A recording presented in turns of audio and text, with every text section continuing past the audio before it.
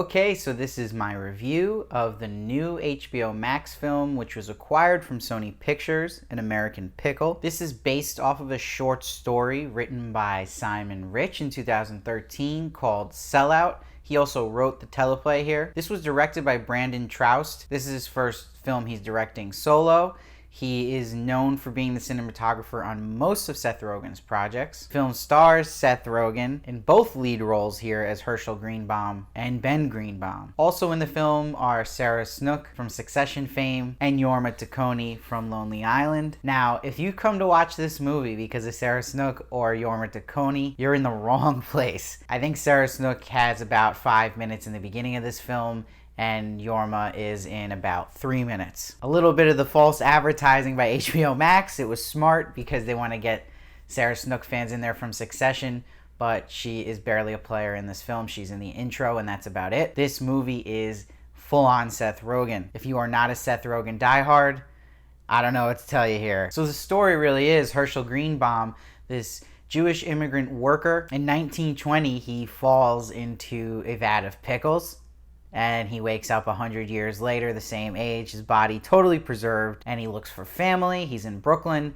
and he finds one family member who's his great-grandson, Ben Greenbaum, also played by Seth Rogen. So you have two Seth Rogens looking at each other in this film. So one of my biggest problems with this film is that I believe Seth Rogen is a great straight man in any comedy film, but he is not a good funny man, and I feel like that was missing here, because Herschel's supposed to be the funny man that Seth Rogen's playing, and honestly, I don't think Seth Rogen is interesting enough or funny enough to play that part. It's not where he fits. He fits as a reactor, and that's where, he fits in the role of Ben here, who's reacting to the crazy Herschel. And you see this in all of Seth Rogen's movies. His moments shine when he's reacting to anything ridiculous, and he's playing that straight man of correcting people. But when he tries to go in as the funny guy himself, I don't feel it. I don't think he's interesting enough in that department. He's too normal in a sense. And that makes me feel like the character of Herschel suffers here, because I don't think Seth Rogen's the right man for the part. It reminded me of the movie Elf with Will Ferrell. Now, Will Ferrell's the perfect funny man here, right?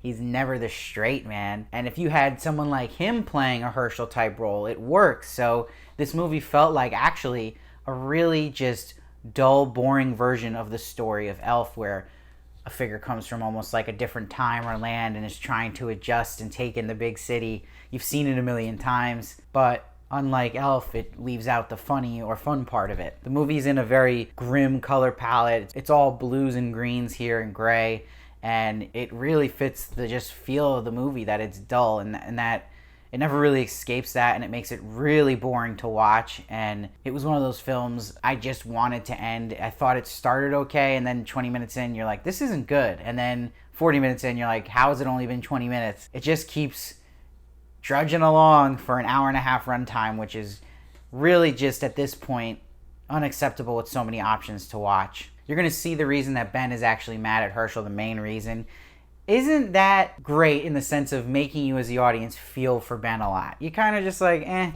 then that hurts the emotional weight later on, the emotional payoffs. It brings the stakes so low, and if you're going to have low stakes in a comedy, that's fine, but you got to make it funny then. And it's Seth Rogen doing those jokes he's in his comfort zone with, where there's not much thought to it, and it's timely jokes, but they're really easy and anyone could have wrote them kind of jokes. Referencing Twitter again, referencing blogging, making stabs at hipster culture in Brooklyn, because the character of Ben is based off of Brooklyn hipster, and the story's basically being told to have them both learn from each other and him embrace his Jewish roots, and then Herschel to pick up the new values and him to kind of pick up some of the old values. But just because you make that a good theme doesn't mean it pays off in the end. And because knowing it's based off a short story, I feel like this story would really work well as a short story, but it does not work as a film. It's paper thin here, the plot. It's a classic story of him trying to get revenge on this new being in his life that's just a complete idiot. And it is just not funny enough to justify such a thin plot. I also wish having a character like Herschel,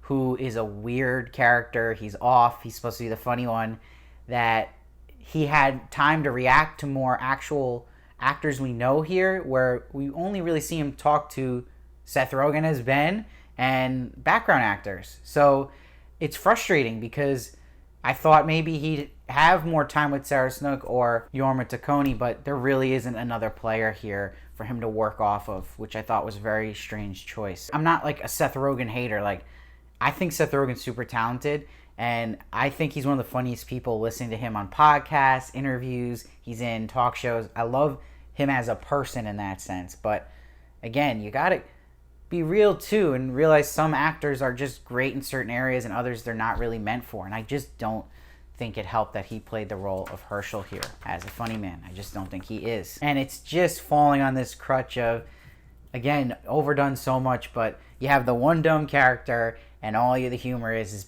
just the reactions to him. Like, look, he's an idiot again because he did this, and it gets old really quick. And you're going to see some critics today say, oh, what a cute, timely story, and the ending just meant so much. Embracing his roots, and they're going to make it feel like it's this great feel-good story, but it's not. It's not earned enough. It has that idea, it wants to do that, but doesn't mean it pulls it off. And I don't think it pulled it off in any way with the theme. I don't think it pulled off the jokes. I don't think the plot was interesting. And I just think it was a bad movie. And even if you think that maybe you liked how it ends or had a really good lesson here or moral and you felt like it was earned, was it worth it in the entertainment value? Was it worth it sitting there for an hour and a half not laughing? And if you were laughing, more power to you, but I'd love to know, because I didn't laugh once in this film. So I would totally avoid this film. I'm giving this one a 4.2. When you do see it, let me know down below what you thought of it, and let me know if you plan to watch it in general. Please make sure to subscribe so you don't miss one of my reviews. I do TV reviews as well. I also do celebrity interviews, so you don't want to miss any of those. And please follow me at SteveVarley1 on Twitter and Instagram for more of me. And I'll see you next time.